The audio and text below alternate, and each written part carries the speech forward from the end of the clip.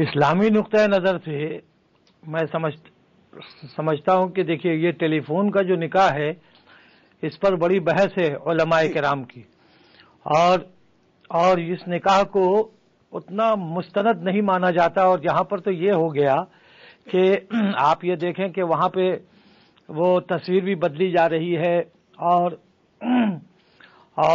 गवाहान जो है वो ऐसा होता है कि दो गवाह ऐसे हों जो इन दोनों को जानते हो इधर, और उधर भी दो गवाह लड़की वालों को जानते हो। जान पहचान दोनों की जरूरी है। उसके बाद अब ये टेलीफोन में जो निकाह होता है इसमें शरी बड़े नकात हैं, इसके इनकाद में बड़ी मुश्किलें और दिक्कतें भी आती हैं जी। तो अब अगर यहाँ जो मामला आ रहा है वो ऐसा आ रहा है कि निकाहनामा दिखाया जा रहा है, तो निकाहनामा हम उस वक्त इशू करते हैं जब दोनों के निकाह हो जाएं। अगर दोनों के निकाह नहीं होते हैं तो निकाहनामा इशू नहीं होता है जी। तो पहले तो निकाह होगा, उसके बाद ही निकाहनामा मिलेगा। ऐसा नहीं कि निकाहनामा मिल गया और निकाह नहीं। ये बात मुझे समझाइए शाह इमाम साहब, ये बात मुझे समझाइए कि पहले निकाह होगा फिर निकाहनामा जारी होगा। निकाह होने का मतलब क्या है? निकाहनामा मिलेगा नहीं। निकाह होने का मतलब क्या? निकाह होने का मतलब यह है, निकाह होने का मतलब यह है कि दोनों जो आक़िदैन है यानी जो लड़का और लड़की है वो दो गवाह के रख कर दोनों अगर निकाह कर लेते हैं, गवाह रहना शर्त है, दो गवाह मौजूद रहे इधर से भी उधर से भी, और ये निकाह अगर दोनों कर लेते हैं तो उसके बाद फिर निकाहनामा तैयार होता है।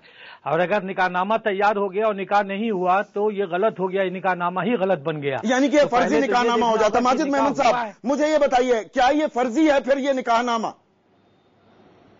नहीं, देखिए जैसा अभी बता रहे थे मौलाना कि गवाह का होना बहुत लाजमी है इस्लामी कानून के मुताबिक, और यहाँ अगर ये कहा जा रहा है गवाह खुद ये कह रहे हैं कि निकाह नहीं हुआ तो फिर वो निकाह की वैलिडिटी का सवाल नहीं, वो ये नहीं कह रहे कि निकाह नहीं हुआ, वो ये कह रहे हैं कि ये जो तस्वीर है, जो फोटोग्राफ है लड़की की, वो असल में अगर वो आयशा सिद्दीकी नहीं किसी और की। निकाह नहीं हुआ मतलब नहीं, इसका मतलब यही हुआ ना कि निकाह नहीं हुआ। भाई एक जिस लड़की से निकाह मतलब मकसूद था उससे निकाह नहीं हुआ, दूसरी लड़की का निकाहनामा बन गया, यही कह रहे हैं। इसका मतलब निकाह नहीं हुआ।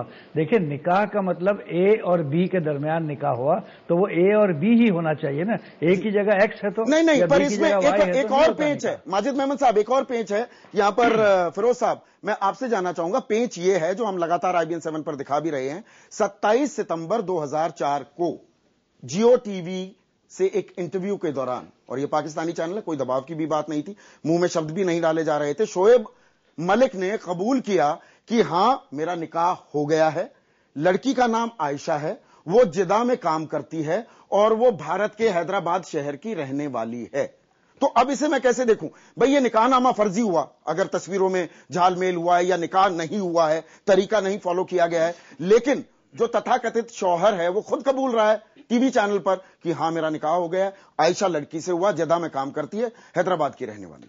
संदीप साहब जिस क्लिपिंग की आप बात कर रहे हैं, जिस खबर की आप बात कर रहे हैं, उसके अलावा भी 7-8 साल पहले मीडिया में खबर उछली थी कि हैदराबाद जब वो गए थे गालिबन मैच खेलने इंडिया पाकिस्तान की टीम का, उनसे पूछा और कहा कि मैं ससुराल आया हूं। थोड़ा सा गर्म हवा उठी थी, उसके बाद फिर ये दब गया था।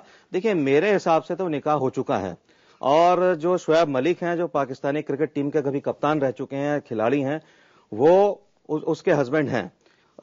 लेकिन एक मसला मैं यहां और कहना चाहूंगा, वो ये कि मेरा जो तजर्बा है, जाती तजर्बा, हालांकि आपने कहा जाती बात का जिक्र मत कीजिए, लेकिन मैं यहां कहूंगा, मुझे आप टोकिए नहीं जी, जितनी भी पाकिस्तानी सेलिब्रिटीज हैं, चाहे वो इमरान खान हो, चाहे वो अस्मा जहांगीर हो, चाहे वो फहमीदा रियाज हो, चाहे वो ये शोएब मलिक हो या कोई भी हो, मैं समझता हूं कि ये लोग को, ये मेरे हिसाब से बेएतबार लोग ये निकलते हैं, और ये बेएतबार लोग तो भारत में भी हैं। सुनिए मतलब ये चीजें तो भारत में भी होती है, मैं ये मानने को तैयार हूं। ऐसे होते हैं।